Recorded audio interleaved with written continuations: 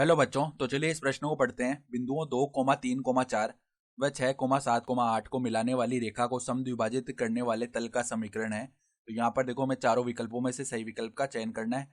तो प्रश्न में आगे बढ़ने से पहले इस प्रश्न से संबंधित जो मुख्य उदाहरण है उसकी हम चर्चा कर लेते हैं। तो देखो, मुख्य उदाहरण क्या हो जाएगी। बिंदु बिंदु x1, y1, z1 से होकर जाने वाले उस तल का समीकरण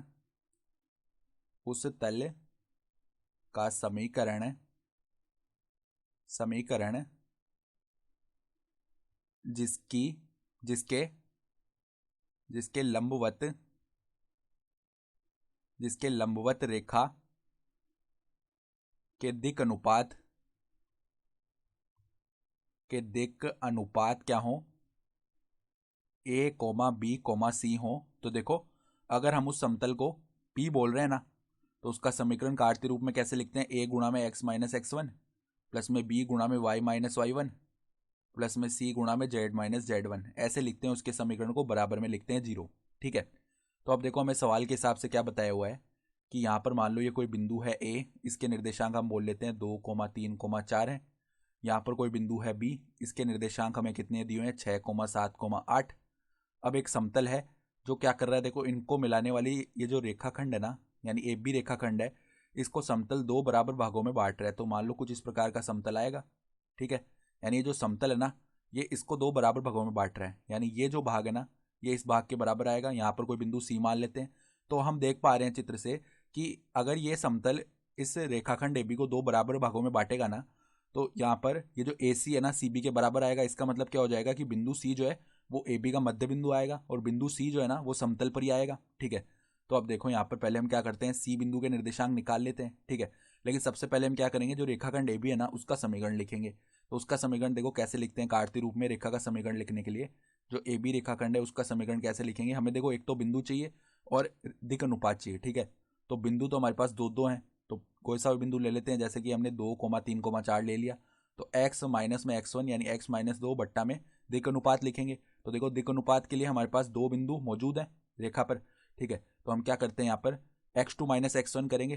तो दिक अनुपात देखो क्या आ जाएंगे हमारे पास में, यहाँ पर 6 - 2 यानी कि 4, फिर देखो 7 - 3 यानी कि 4, फिर देखो 8 - 4 यानी कि 4। तो दिक अनुपात है, यहाँ पर 4, 4, 4 से विभाजन हो जाएगा ना, तो दिक अनुपात हमारे पास 1, 1, 1 ही आ जाएंगे दिक अनुपात। ठीक है। तो x-2 बट्टा में 1 लिख लिया, बराबर में देखो y-y1 यानी y-3 बट्टा में 1 लिख लिया, बराबर में देखो z-4 बट्टा में 1 लिख लिया। सही बात है, ये हो गया। तो अब देखो, हमारे पास इस रेखाखंड के दिक अनुपात 1, 1, 1 है। ठीक है।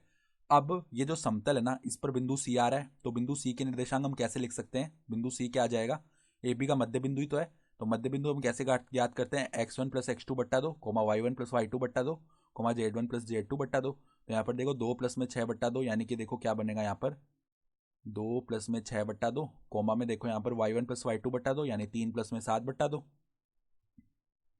कोमा में z1 प्लस z2 बट्टा दो, यानी कि 4 प्लस में 8 बट्टा दो। तो ये आएंगे इसके निर्देशांक।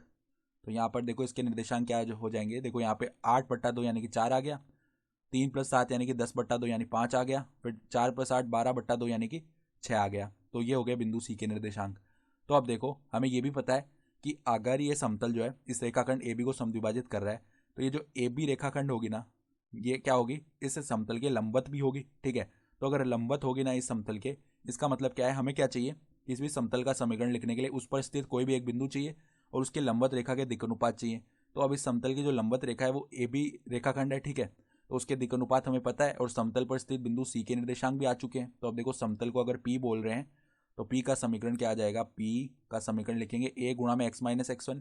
तो लंबवत रेखा के दिक् अनुपात 1, 1, 1 है, यानी 1 गुणा में देखो x माइनस x1 यानी x-4 प्लस में देखो 1 गुणा में y-y1 यानी कि क्या हो जाएगा y-5। फिर देखो प्लस में c का मान है 1, फिर देखो यहाँ पर z-z1 यानी कि z-6 बराबर में 0। यह आएगा समतल का समीकरण।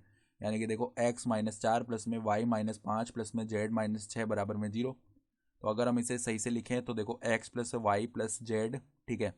फिर देखो हमारे पास क्या है, -4 -5 हो गया, -9 और -9 -16 -15 हो गया, बराबर में 0।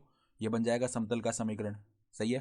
तो अगर हम विकल्प देखना चाह रहे हैं तो हमारा विकल्प जो सी है ना वो सही विकल्प आ जाएगा। x + y + z -15 = 0 ये हमारा सही विकल्प हो चुका है। तो आशा करता हूँ कि आपको ये प्रश्न समझ में आया होगा। धन्यवाद।